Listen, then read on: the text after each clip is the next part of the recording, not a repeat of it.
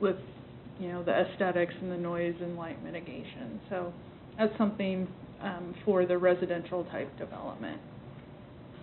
Required improvements, sometimes called public improvement plans. These are how the developer is going to put in public streets and sidewalks and utilities and street signs. How is that developer going to pay for them?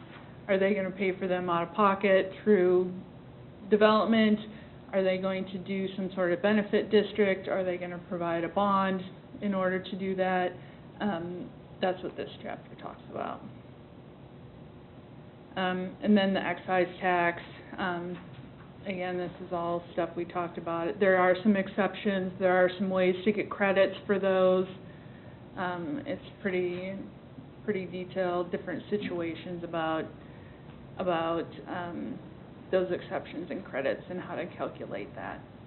And it is 20 cents a square foot. Other subdivision chapters, these ones are kind of one paragraph explanations. Park and recreation land dedication.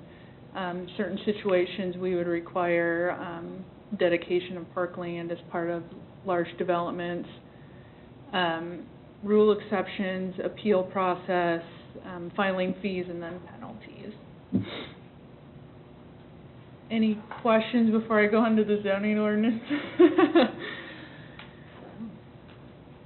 Okay. Zoning ordinance is chapter 18 of the city code. The beginning of it is the general provisions. It talks about the purpose and the intent, the jurisdictional area. It adopts by reference the design standards.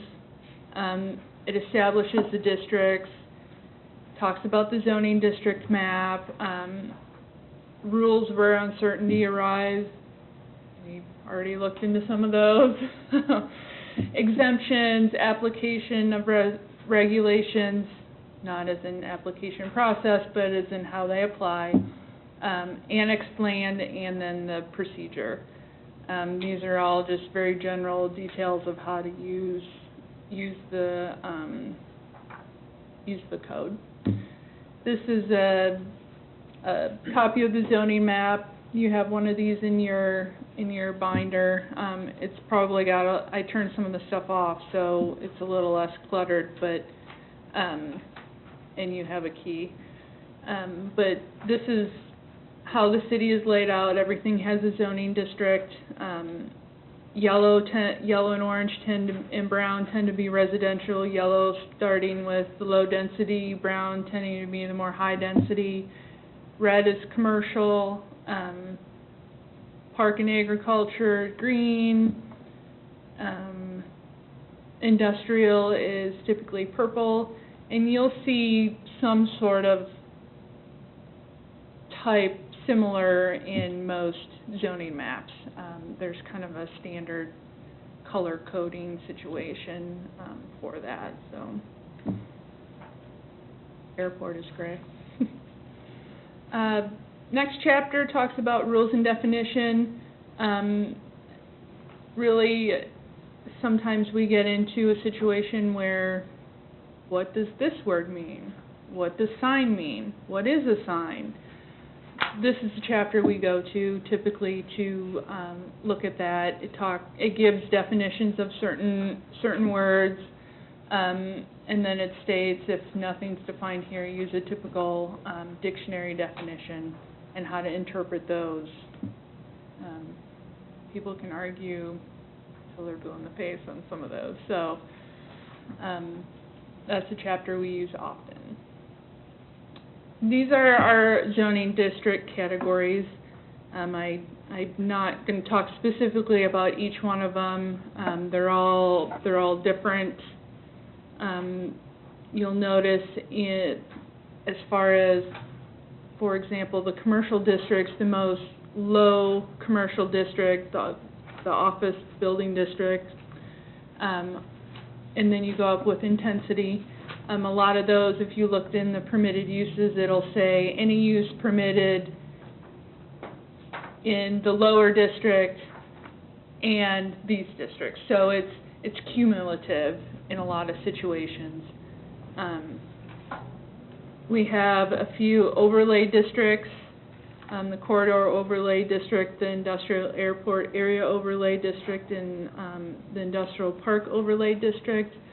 What those are additional regulations. You want to think of it as you have a base zoning district. Your base zoning district is going to be your A district, any R district, any C district, and then if you have an overlay district, it's just that. Something over the top. It's going to have additional regulations or allow for you to tweak the base zoning regulations. So they're used in tandem. You can't have an overlay without a base. And then we do have some planned commercial districts, which are also typically tagged with a base zoning district. The planned districts allow for some potential to relax some of those standards in the general zoning district. We can relax setbacks. We can relax some of those landscaping requirements. It's more of being able to work with the property on some of those situations. You will see a property next month that's being proposed to be rezoned to a planned industrial district. And you'll see a development plan along with that. Anything that is a planned district has a preliminary and a final development plan. So that's, and I can explain some of that when we get back further into the types of applications and process. Generally, all the zoning districts have similar layout. They have an intent. They have permitted uses, conditional uses, lot area requirements, the structure height maximums, setbacks for buildings, use limitations, and then parking requirements. They also mention landscaping. I think they all send you back to the landscaping chapter. And sometimes the parking will send you back to the parking chapter. So lots of information in there. The next chapter is accessory uses. It talks about home occupations in there, different uses that can be accessory to primary uses in each district. And then there's accessory uses for special and conditional uses. It's a little detailed. Basically, they're, as they sound, accessory to the primary use. We have special uses. These are generally uses that don't necessarily fit in any of the zoning districts. They will be special. It allows for a process to come through the Planning Commission with ultimate decision at the council, and it allows for the implementation of different types of more restrictive things. You could put limitations on hours, you can put limitations on a lot of different things. You can make them add more landscaping, so that they're not impacting either the streets around them, so they're not impacting the uses around them, because they are, as it says, special uses. We also have short-term special uses. Those are things like Christmas tree sales and carnivals and